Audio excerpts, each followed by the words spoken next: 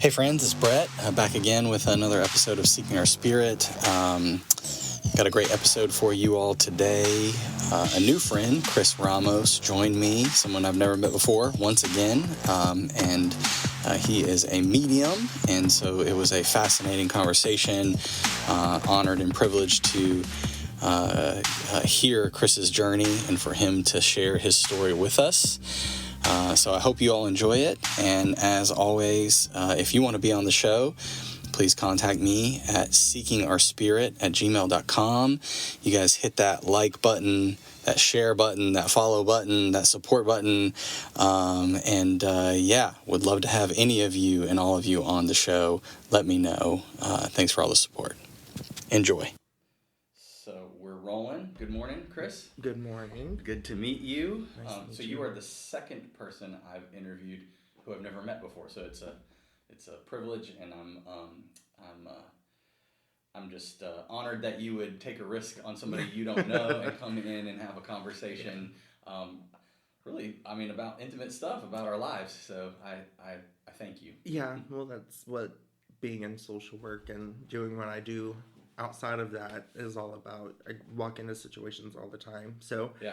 No, I was super excited to be offered. So. Awesome.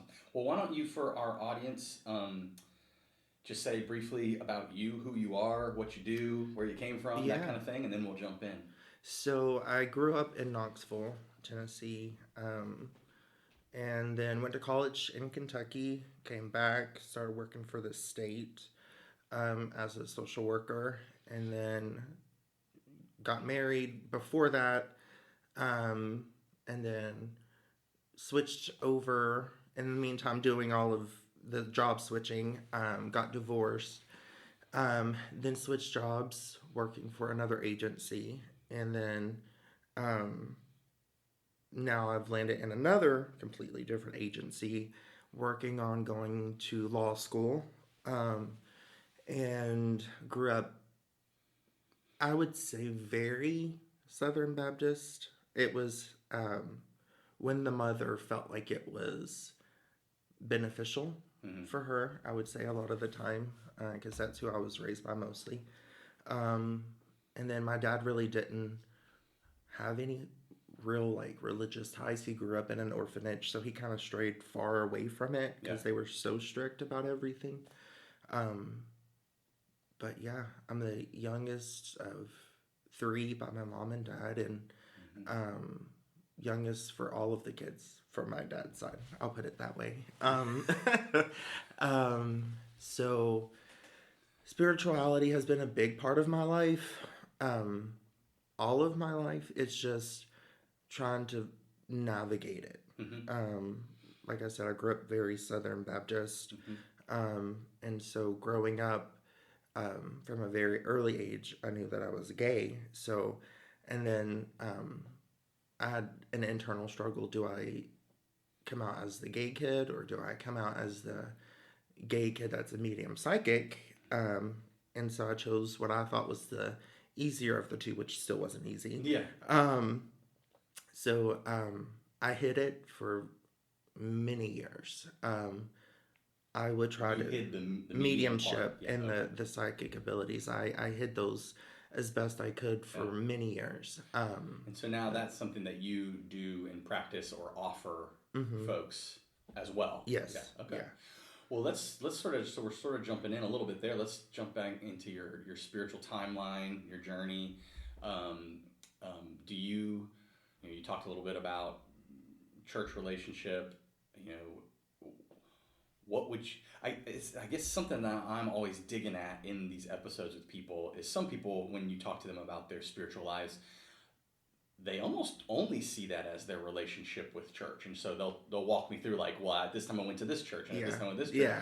I'm trying to dig into more the internal, right? And the experiential. So what, God, creator, energy, whatever, the source, do you have a clear recollection of the first time you would say you had a spiritual experience? With them or with inside the church? Just period. Okay, I'll do both. Okay. So I grew up in the churches that We're a very small congregation. Everyone was uncle or aunt or deacon, everyone. Yeah, sure.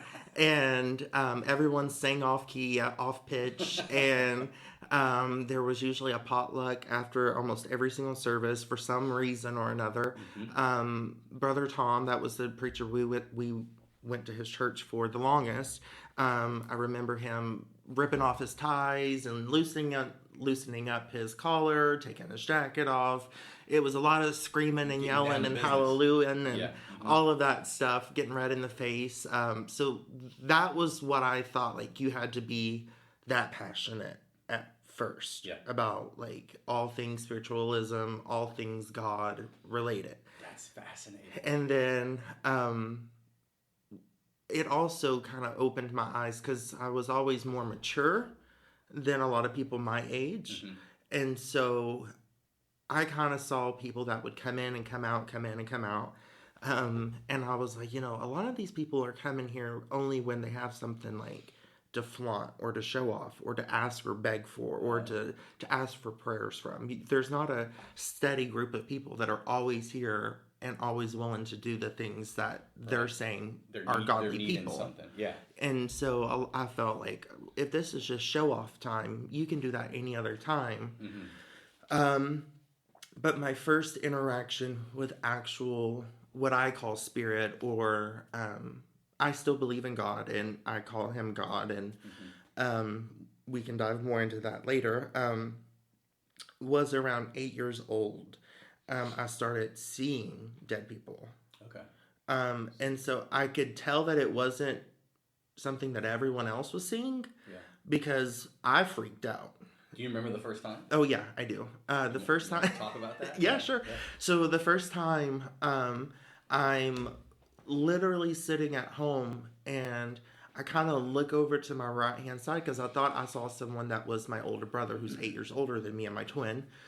Kind of walking through the kitchen. And so I look over and it's not him at all. I don't recognize this man whatsoever. And he had, I don't know, this might be too much, but he had a gunshot wound to his forehead. And I was like, well, what the crap is happening? Were you scared? Oh, yeah. Yeah, because when you're 8, you don't... Those are things everyone shelters their kids from. Of course. So I was like, I don't know what's happening. So I thought maybe, okay, you're asleep. But definitely wasn't asleep. And then it just started happening more and more. No, this was at like... During the day? 5 o'clock in the afternoon. Okay. Yeah. And do you, like, tell anybody? No, God, no. Okay. No, because I'm already struggling with, like... I know I'm gay. Everyone knows I'm different, but I don't know the word for gay at that point. Right. But I know it's horrible. I know it's not appropriate. That's what you've been taught. Right? Yeah. Right. So, not coming out to anyone at this point, and I'm definitely not going to say I saw some man walking around with a gunshot wound. Don't want more attention. Yeah. Yeah. Okay. Yeah. Wow. What a thing to bear. What two things to bear as an 8-year-old? I mean, even from like, sexuality standpoint, like that's young, right? To recognize like, oh, I'm different than what. Yeah. Those are two heavy things. Yeah. Wow. So, all right. So what do you do with that? And then it just starts happening more, and you just sort of deal with it. So it started happening more. And it was always, they would come to me as though they had the way they died.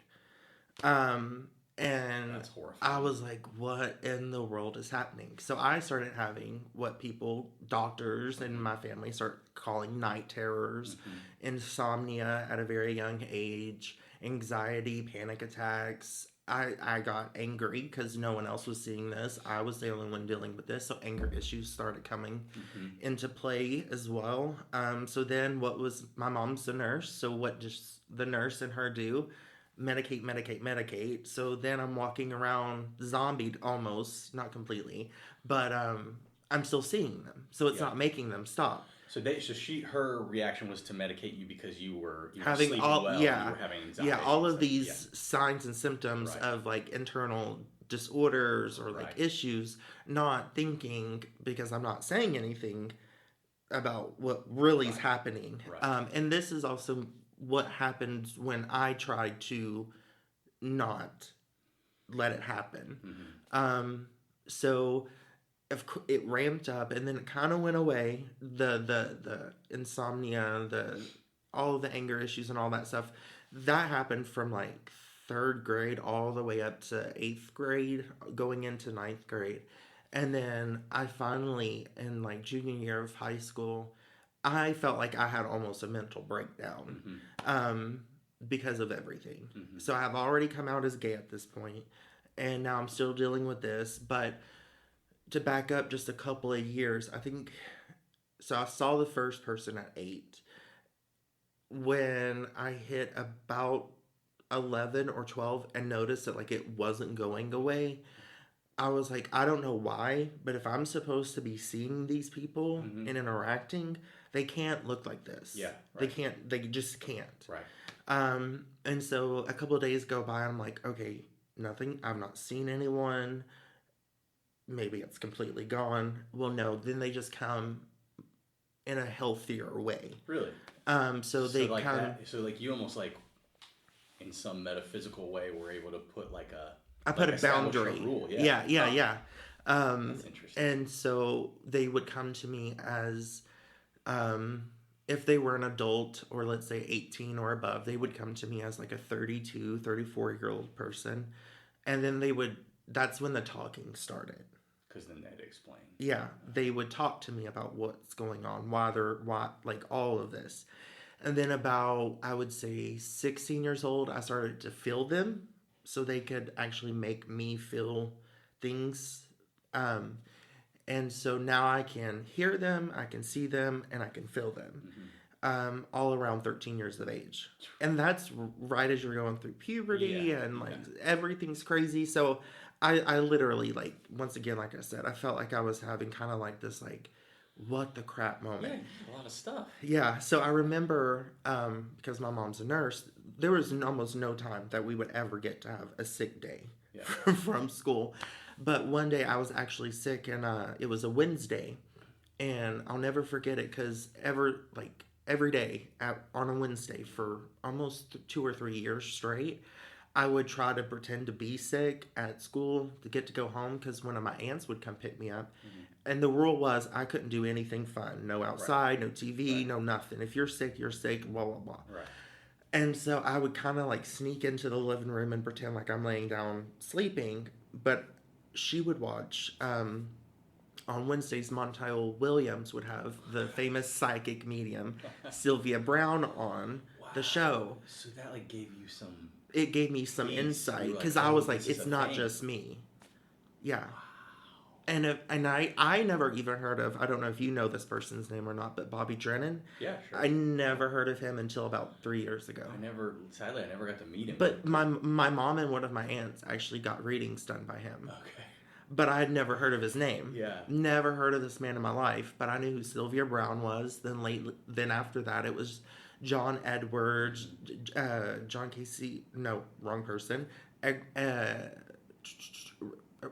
What's her name? Rosemary Althea. All of these people so I started to read as much as I could possibly read. About the subject? Yeah, because like those are the only people I know that are experiencing what I'm experiencing. What a funny little weird gift that you just through the television, like that happened and you were able to be like, oh wow, look, this is a thing. Yeah. Or maybe this is what I'm experiencing. Yeah. Wow. Like my aunt, I remember she would like freak out because they would do like recaps of things like leading up to the person asking questions or Sylvia answering a question for someone. And it would kind of be freaky for her. And she was in her 40s. And she'd be like, oh, gosh, I don't know. What would I do in that situation? And I'm just like, that's my daily. Like, I felt so seen and validated.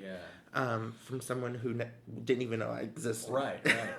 Well, so I'm just curious on a couple of angles here that you touched. So, one, purely just curious, do you think that because how old were you when you came out to your family? I was in 7th or 8th grade. So sort of around there. Yeah. So was it like, do you think it's like all this other stuff happening, like you almost had to get one of them off your chest? Like you had to. Yeah. Because it was all built up. Yeah. So, and I remember my mom saying to me when I told her, she was like, "Oh, I think you're too young to make that decision." Mm-hmm. And I was like, like, no, this is when people start to like find their sexuality, Sure. and by then they've usually already known like who they're attracted to and this and that. And I was like, no, because she's like, I think it's just a phase, like don't worry about it. And I was like, I'm not worried about it. I'm letting you know. Yeah. So that way you can deal and process, because this is who I am. Right. But yeah. Okay. Let's see, what was the other thing? Oh, I can't remember. Don't want to pause, but I remember now. So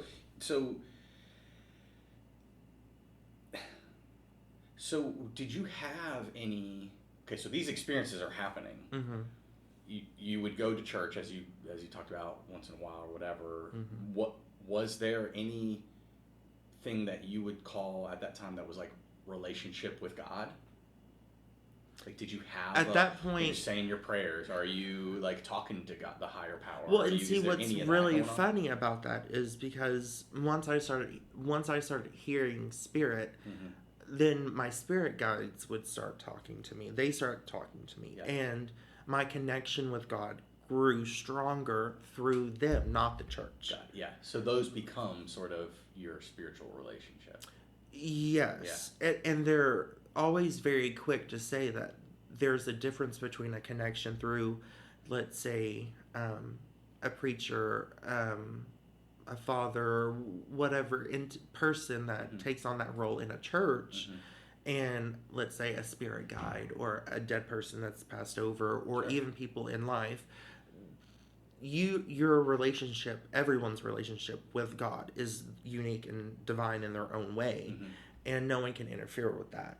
So, because I got sick and tired of going to church and hearing about, for example, like hypothetically, like Sister Anne bought a new car for her eight foster children and this, that, and the other, but then you wouldn't see her for 6 more months until something else big happened.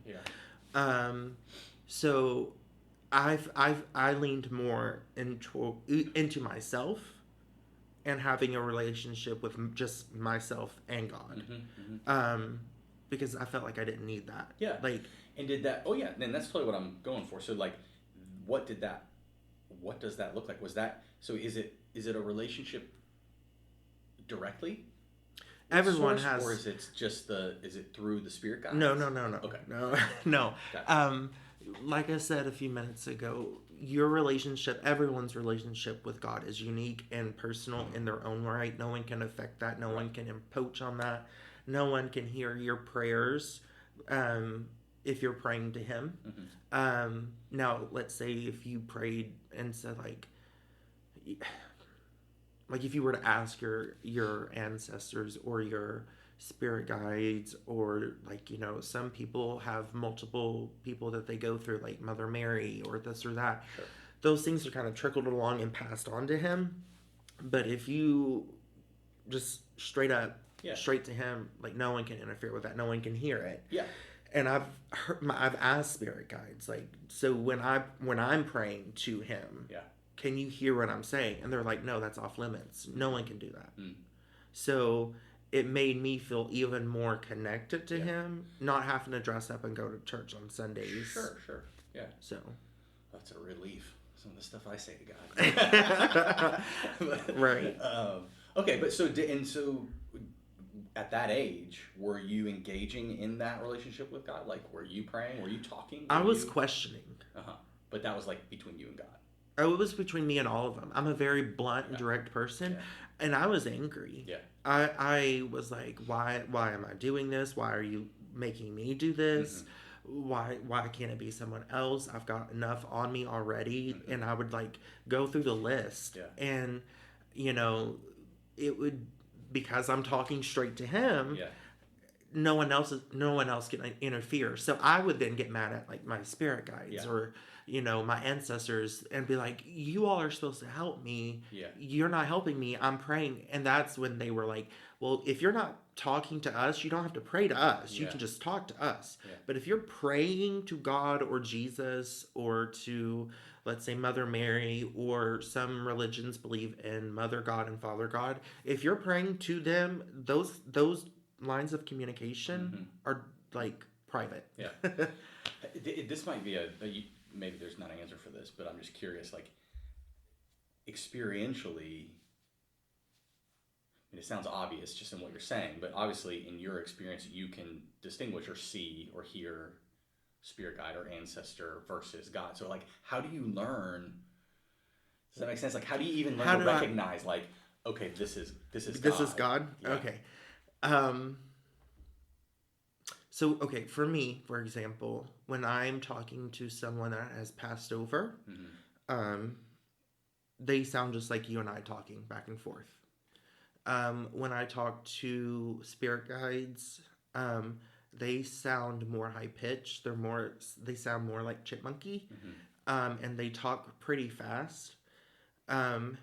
They also have I used to think that they didn't have personalities because mine were kind of just always stuck up, but they do. But they had to be kind of like no nonsense with me growing up because I was a handful. But anyways, and then angels, they don't talk. It's all telepathic, and you can feel the vibrational level each time you go up higher. And when I ask or talk to God, there's not an answer that's given to me like audibly, and I have never laid eyes on him.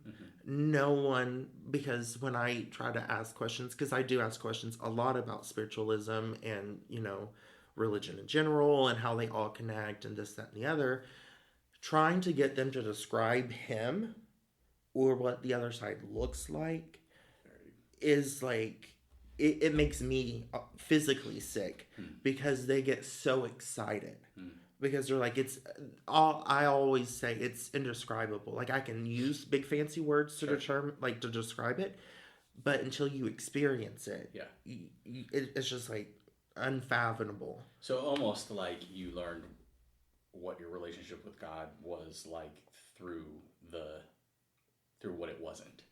Yeah, I knew that if it was communicating with me at all verbally, it wasn't him. It's very and I think that even with anyone from any faith, they just have those like, all I'm getting is like my child moments when they hear my child. That could be anyone. Sure. Like, but his responses and his answers and when you feel him, it's indescribable. You just know. And I think you as a figurehead in a church knows what it feels like when you've had that connection with him. Yeah, I mean, it's interesting. I sort of through these conversations and maybe it took me a long time to learn this even in ministry. I've been a priest for 15 years, and it took me a long time to realize this and see this, and it's maybe this actually sort of inspired me to do these conversations. But at one point I realized, so I've just always, that connection's always been there. Since I was little. I mean, as long as I can remember. It took me a long time to learn and realize that's not the same for everybody. I would argue the connection is there, but they don't. I believe the exact same thing as you, that the connection's always there. I call it a cell phone from God. You always have it. It's never out of service. It's just that you fail to use it. Communication's both ways. He can do as much as he can for you, but I mean, you're here to learn lessons and to ascend higher in spirituality and learn higher and grow more spiritually for God. Like, that's our purpose here. Well, and so I forgot why I was even saying that, but you made a comment that I know that, and that's very true. Like, I've just always known that, but I recognize that not everybody feels that they know that, and so that's part of my inspiration for doing this. It's like, well, what are you talking about when you're talking about God? So, and then, okay, another thing, I don't mean to get in the weeds here, but you keep using he. Is that just because that's easiest or natural for you? Or I think it's also programming from a young age. Sure. Okay. Yeah. That makes sense. But just really curious. So there are two. If you're asking spirit, and I've talked to angels and I've just talked to my spirit guides all the time, and to obviously dead people. But when I'm looking for like spiritual answers, I go to spirit guides, and people above. When you say spirit and spirit guides, are you meaning those are the same or those are different? No, spirit to me is someone who's passed over. Okay. Spirit guides, that's a completely different thing. Okay. They've had to have lived a life so that way they can humanize with us. Because on the other side, there's no time. There's no time whatsoever. Yeah. So it's hard for them to give us specifics when people are asking for readings and they're like, well, how soon? I'm like, well, because for them, we're down here like, gee, can't you help me out? Like this, that, or the other. And they're like, if they weren't humanized to us and have lived a life before, they'd be like, you'll be here in like 3 weeks, shut up and die and come home and we'll talk about it. But you were saying, so if you ask them about God. Yeah, there's two. There's the male God figure that everyone knows about. Right. And then there's a female Godhead. There's been lots of names. Whenever I've been in conversation and talked about or the divine feminine, but she's also, her name is I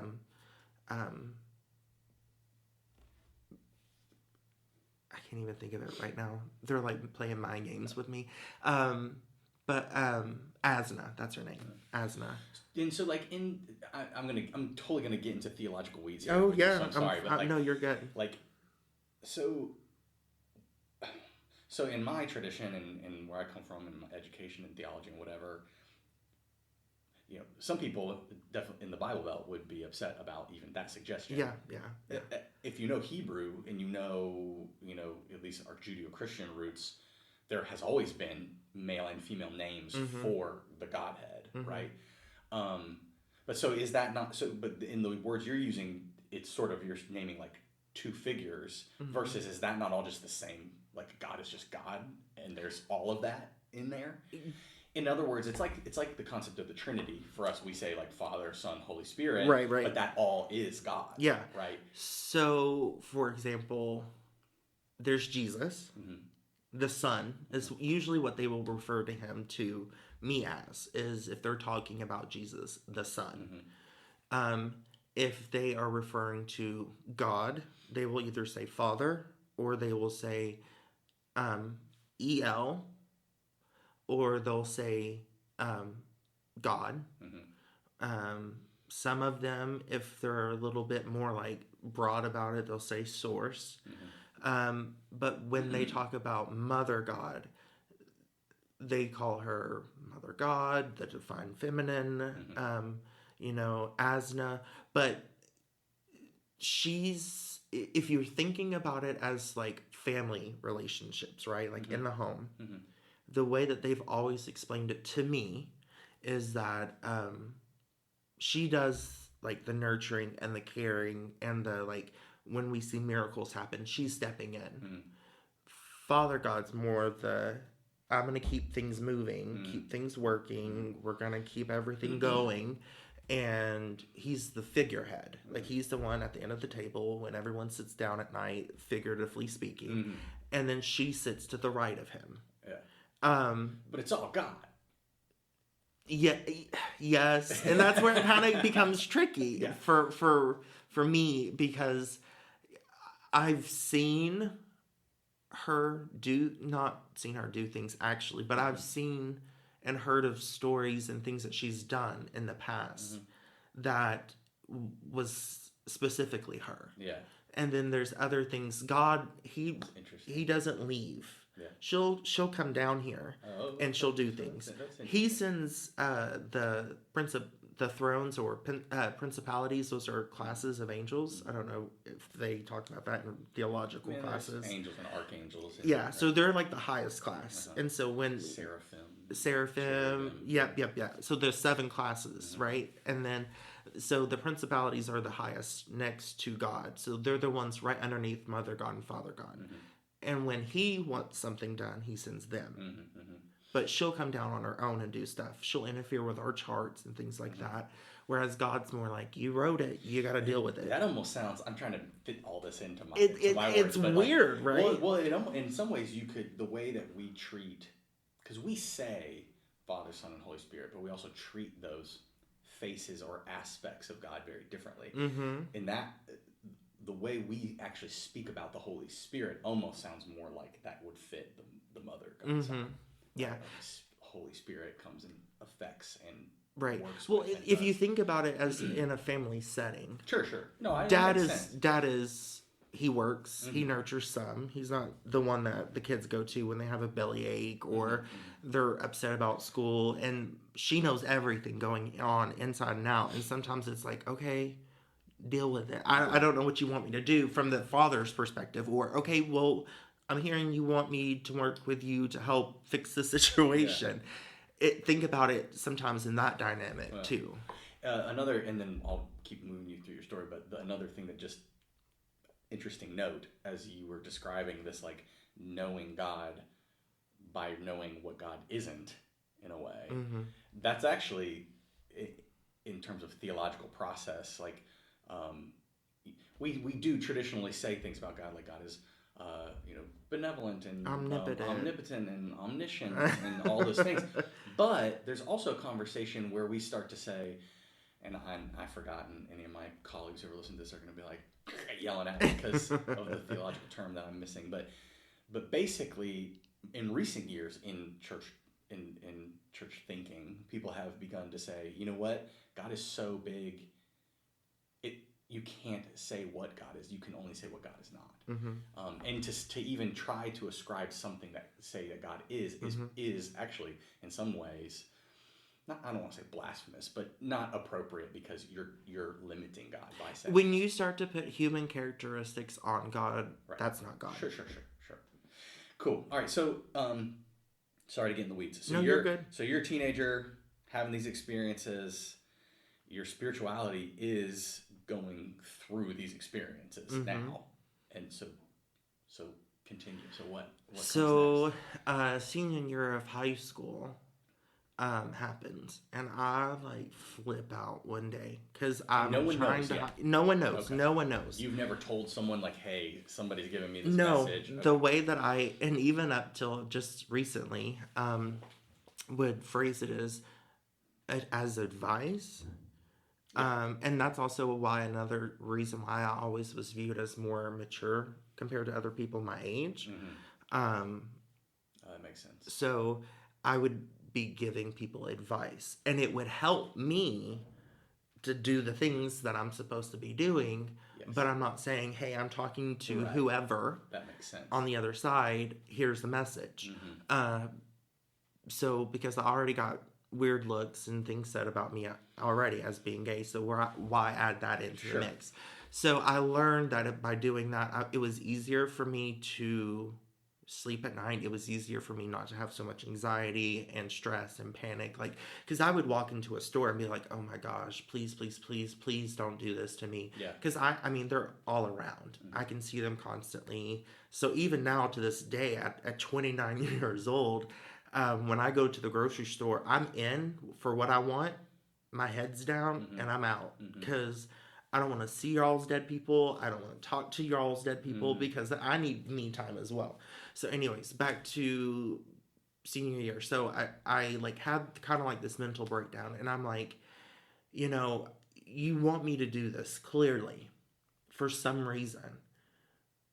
I don't want anything that I can't warn about, give it like peace and healing and like loving messages for. I don't need to know about everything in the world that's going to happen or does happen, because it's just going to make me a mental case. And so I think it was 3 days later, all of the chatter that had been happening about everything that could possibly happen stopped.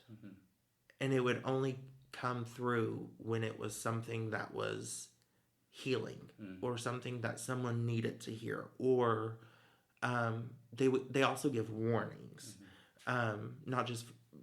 not for me, sometimes for me, but for other people, because one thing I will warn, if any medium or psychic says they can read for themselves, run far away. That is not the case. I've never met anyone that can read for themselves. We don't get free lunches just like you guys do. If that was the case, I would have been a millionaire by now, living out in the middle of nowhere island by myself. So that happened. Then I went to college, kept doing the same thing. I went to a very, very Southern Baptist University, private Christian university. Um, Only openly gay person on the campus. I say openly gay person.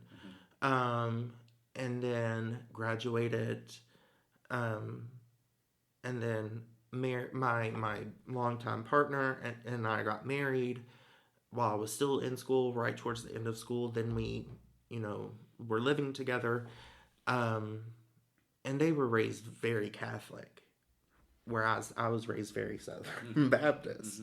And so I never felt comfortable enough to say anything to him or to his family about it either. Plus the cultural differences too, Hispanic versus Anglo-Saxon. There's a lot of similarities, but there also is a lot of, I feel like there's more acceptance in different cultures in the world, in different religions, besides one, and I'm not going to name that one. And so I've noticed that it's been easier to have those conversations with people from different cultures and backgrounds. But the one thing that I've learned over and over and over again spiritually is that people are so afraid to go to hell. That there's this, judgment part of it too, where, that's not our place to judge at all. Anyone. I mean, it's a human thing. We do it regardless.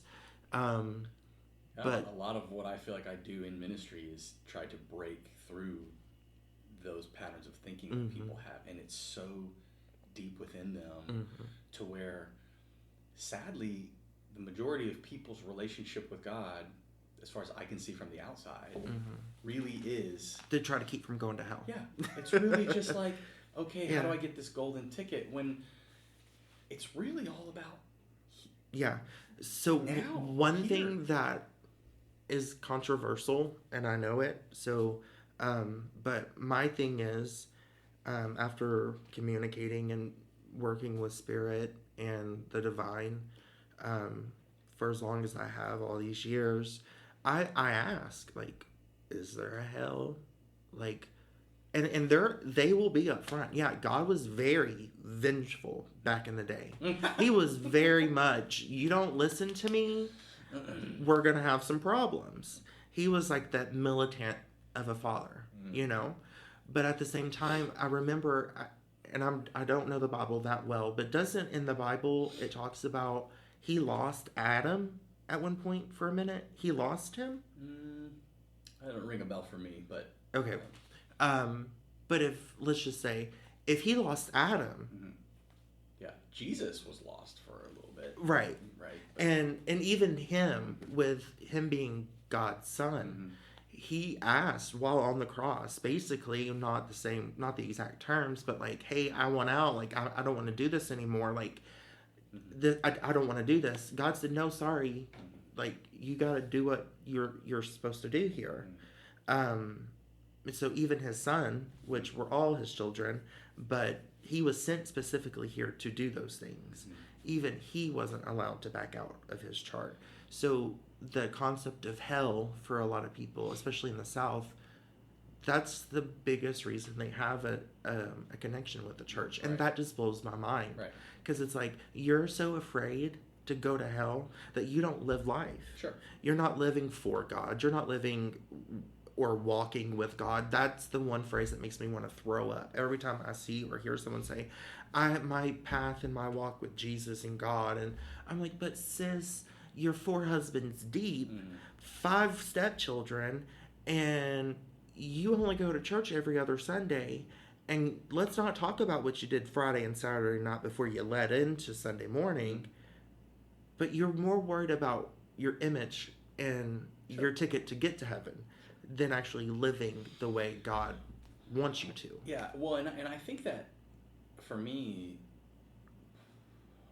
the way I wrap my head around why that's the case, and it saddens me, but it's because, back like I said a few minutes ago, people no one has ever showed folks, and I blame that on the church, unfortunately, that the church has done a poor job at teaching people how to experience and connect with God.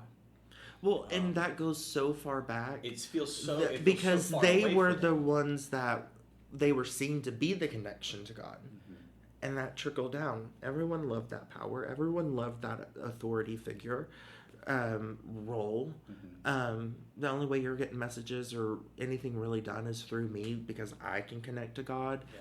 That's kind of how you see that. Right. That's where that came so from. So far from like what it, I mean in the what it is Episcopal now. church or in my context, but so it's not even that. I agree that that's probably where that started, but that's not our reality anymore, and yet we still don't, and some of it goes into, I think we live in a Western materialist society. I don't mean all about money and possessions, but it's so, I have nothing against science, but it's all that. So we're just atoms. So logically. We're just atoms and molecules, and so people then also, when you try to talk about connecting to spirit, that it's... Well, and that's one thing that a lot of people also have that they come to me and talk to me about, and I'm like, because you logic everything away. Right. Like, God and the other side talks to everyone every single day. They're screaming to get you to have that connection. And that's one thing that, you can't deny.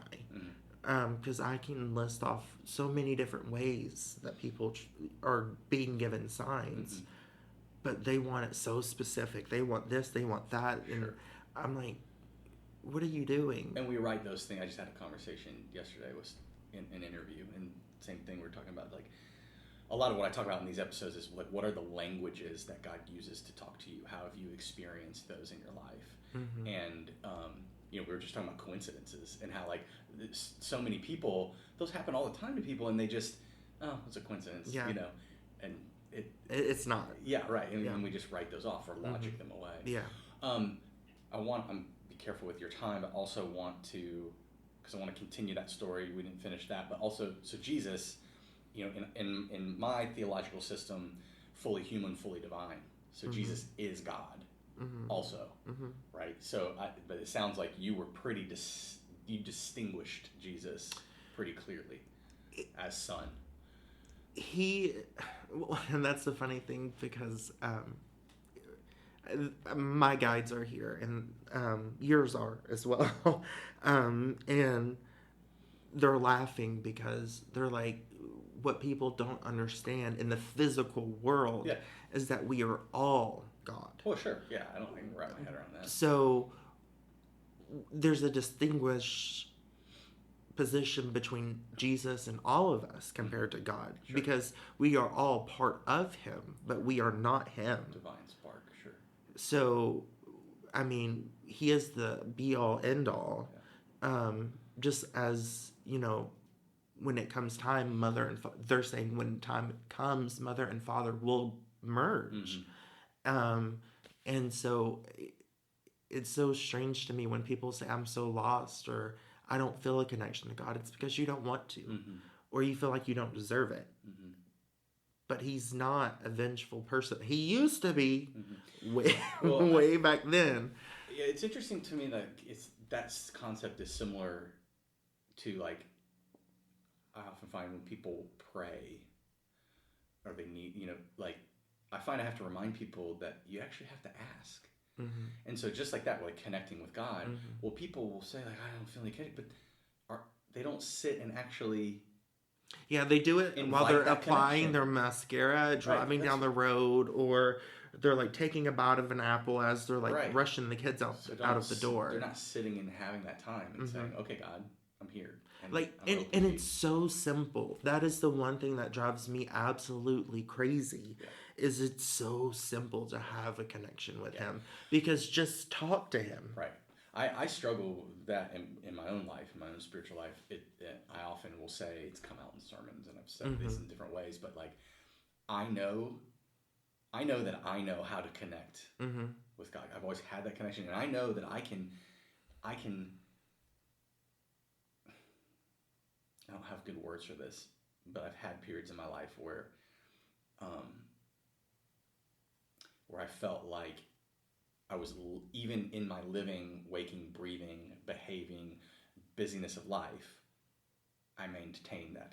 I maintained that connection with God. I know how to do that. And yet I choose not to often.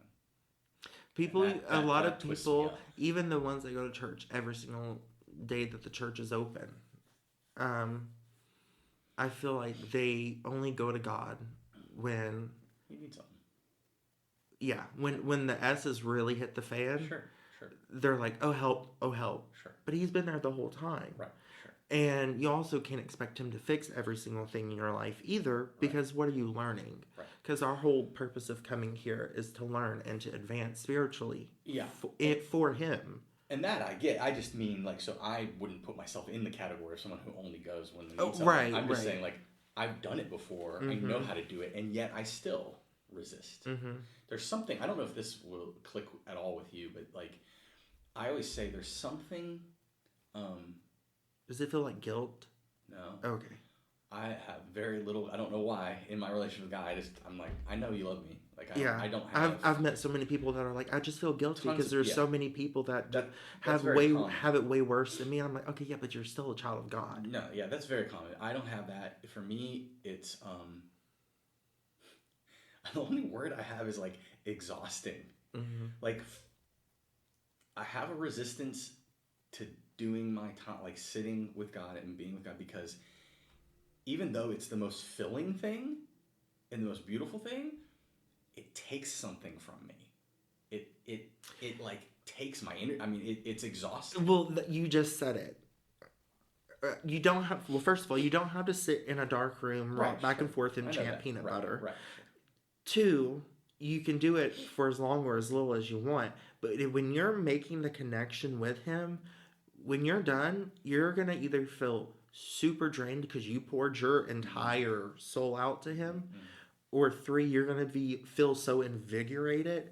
And that's the one thing that I encourage people to do, because when you're talking to anyone on the other side, but especially that person or entity or source or whoever, whatever you want to call him, that's the biggest thing. So you have to raise your energy or your vibrational level so high to get there. And once that connection's made, you're feeling that happen.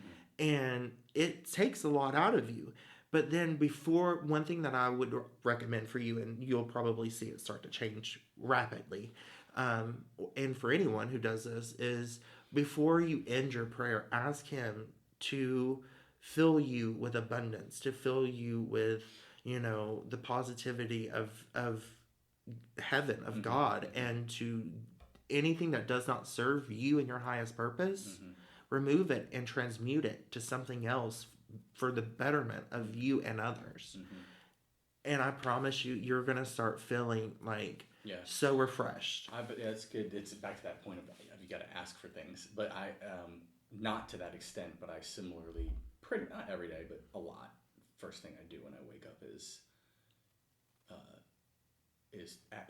basically ask God, both around me and my home and my family, that nothing that is not of God comes to us.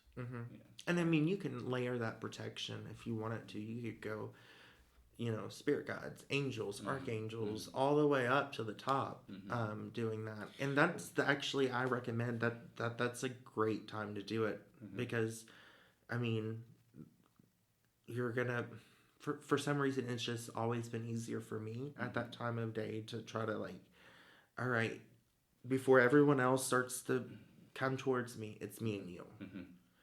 It's fun. It's funny. This and I'm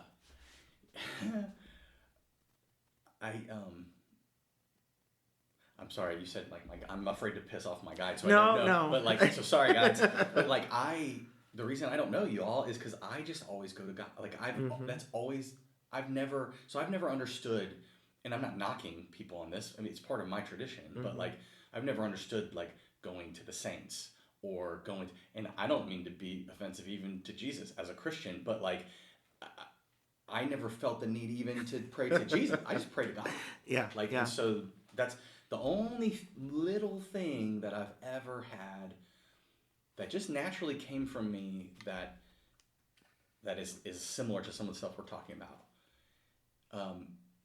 Is when I'm praying for the protection of my children, I do invoke my ancestors and angels. But do you invoke the archangels more so than just the angels? No, I just.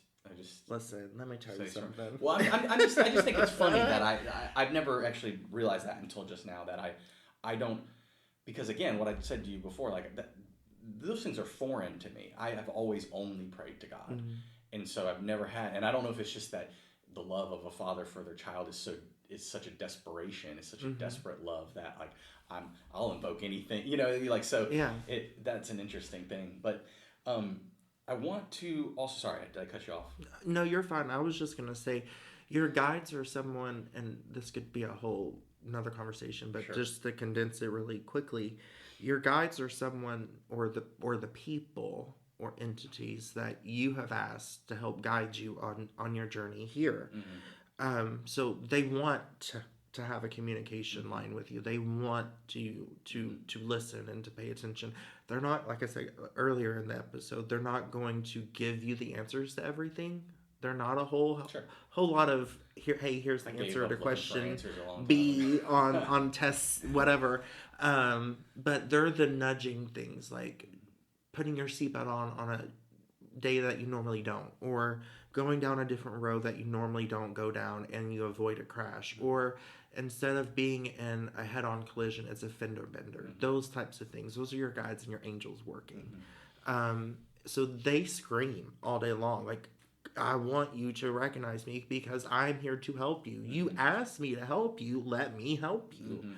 But like what I said earlier, your connection and your direct communication with God cannot be intercepted by anyone. Yeah. So be specific when you talk to him.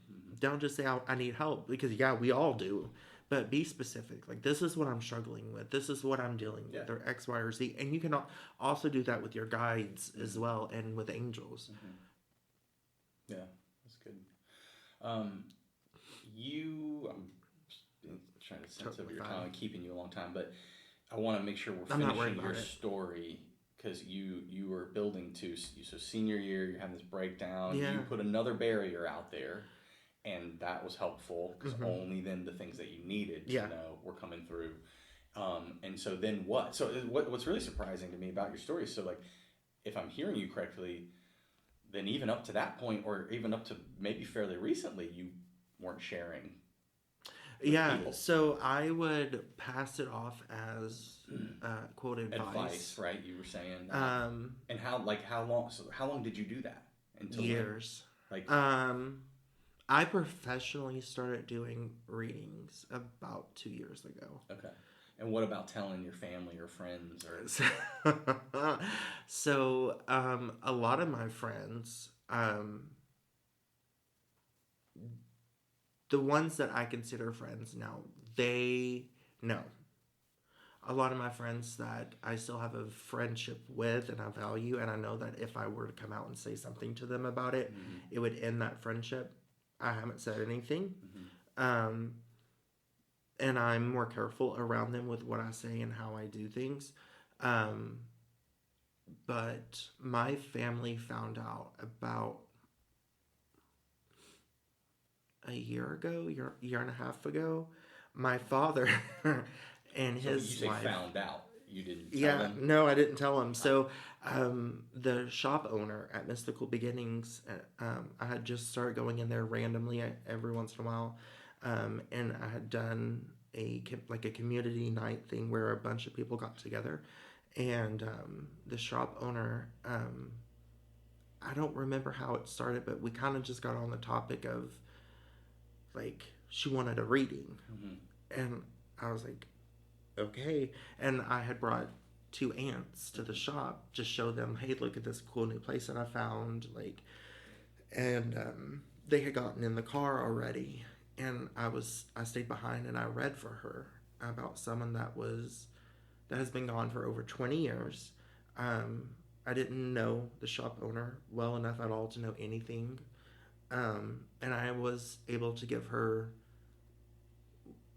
more detail than she had ever received before Mm-hmm. about that person's passing and things in general. And I was like, I'm so sorry, because she started crying, and I was, I'm so sorry, I didn't mean to make you upset, like that was not my goal.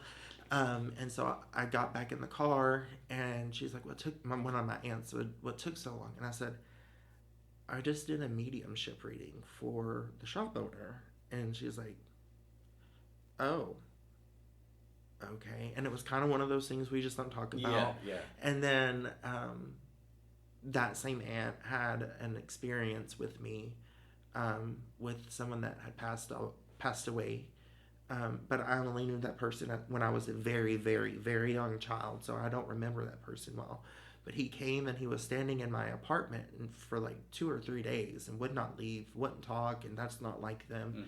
And so I kind of spazzed out, and I called her, and I was like, hey, can you come pick me up? Like, I was actually in tears. And she's like, yeah, I'm not far from you. So she comes and gets me, and she's like, what is wrong? Because I was like bawling. And I was like, there's this man standing in my apartment. He's looking at us right now. And she's like looking up, and there's no one there for her to see. And I started to describe him on the way home. And she said, well, when I get to the house, I want to show you some pictures. And maybe this would ring a bell. And it was one of her ex-boyfriends that she loved so dearly. And it was his way. Now that he knows that I know who he is, he's talked to me. But in a way, it was just like, he was awkward, so he didn't know how to approach a conversation with me. So he just stood there, and I had been asking for days, like, please, like, talk or go the HOA. So that most of my family knew. I've done readings for some of my family members, which is not super easy, because then your emotions get into that, and so you got to really balance that well. And then my dad just found out last weekend. Oh, wow. And he seemed to take it pretty well. My mom knows. All of my siblings know. Some extended family. So a recent thing for you. Yeah. Because I was just like, it's not a broke thing. Don't fix it. Like, it's not affecting my relationship with them. But it's been able to help me feel like I don't have anything else to hide. Yeah, which is great. Yeah, that's healing in and of itself. Yeah. Good. Okay. Well, the question I ask everyone, you may have already named this, but just want to make sure I'm giving this out to you as well, is, do you have a quote unquote, most spiritual experience you've ever had, or powerful spiritual experience? Ooh, that's a good question. Okay, so I had been feeling really led to start leading classes or teaching classes about the other side and what it's like. And me and the shop owner have been coming up with different names to call the class. I ended up calling it Demystifying the Other Side, because people are afraid of what's over there. Right. They're afraid of heaven and hell, which one they're going to, this, that, and the other, what to expect.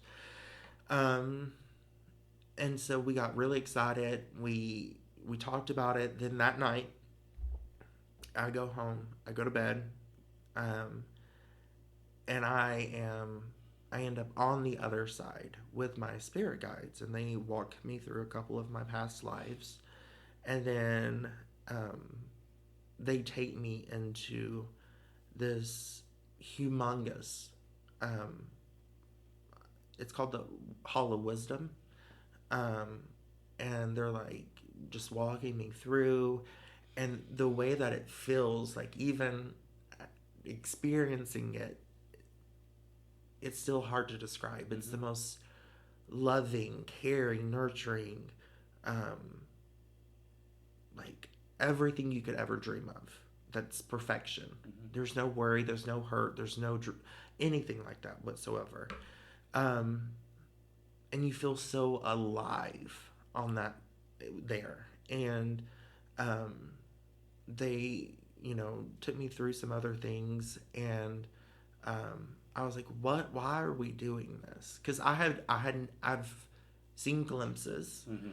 I've been told by many, many mentee entities and spirits and spirit guides what it's like. Angels have tried to describe what it's like, but I've never gotten to experience it for that long. Mm-hmm. And I remember asking, why is this happening? And they were like, well, because you're going to need to teach people what it's like demystifying the other side. The fact that she used that word, first of all, gave me chills while I was there. And then we stayed and we walked around a little bit and we talked, and like it was just basically kind of giving me a glimpse of what it's like. And she's like, okay, it's time for you to go now. Like, you can't stay here. You got to go back and live your life and to teach and to like experience just like everyone else. But you're supposed to help teach people about heaven. And I was like, okay. I got so mad though. I did not want to go. Sure. I wanted to stay. Yeah. And then it felt like a rubber band, like, you know, you were rubber band back into your body. And I woke up and I was so pissed. I was so mad. I cried. I was like, I wanted to stay. Like, that. I don't want to be here. I've met and talked with people who have near-death experiences and similar things, or just visions that they didn't die, but in same thing, we're just like, yeah, like I don't want to be here. Like, I was angry for a good solid like week and a half, and I am a very blunt and just direct person, and I like gave it to my spirit guides, because my main spirit guide was the one who led me through this. And I was like, how dare you do this knowing that I'm not going to want to come back? And this, she's like, that's the point, is so that way you know what it's like when people come home, that they don't want to come back, but you do it to grow for God. And so it wrapped it all up. And I was like, okay, I got to give you that one. I can't really argue with that. Yeah. I can just, I'm going to have to let my feelings. Which gives a lot of peace, right? Yeah. And the one thing that they always say, is that, like, we are part of God. And we are always welcomed home. As long as you're not out here living like a murderer, or abusing people or children or animals, things like that, like, you got a pretty good chance to say that you're gonna be just fine. And one thing that I would just like to say that I always get asked about is if hell is real, because I've had that question, and one of the things that, it's actually the only thing that I ever get told, is that no, this is hell. Earth is hell. Coming down here, choosing to live the way that people do, to learn and grow. Like, why would he put you through anything else? Like, no. The people that are horrible, that do horrible things, they have to come right back in until they get it right. Or refinement. Yeah.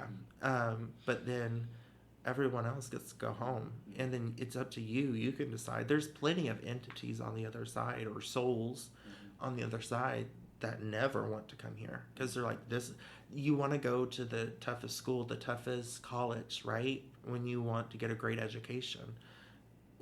We do that with our souls too. Earth is not easy. This is, I mean, I've heard, like, you know, so many different versions of it, but to try to keep it PG, life is hell, and then you die and you get your reward to go home. So, yeah, which a lot of people don't realize, but that's actually, I mean, you know, Buddhism says life is suffering. Christianity, people don't realize, but, you know, to one of the scriptures says to live as Christ, to die is to gain, right? But meaning to live as Christ, to live is to suffer, to die is to gain. So, yeah. Thank you for sharing. I guess just as a way out, do you want to tell people where to find you?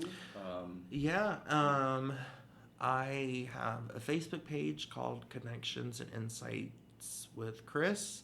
I am usually at Mystical Beginnings Shop down off of Middlebrook a good portion during the week and the weekends.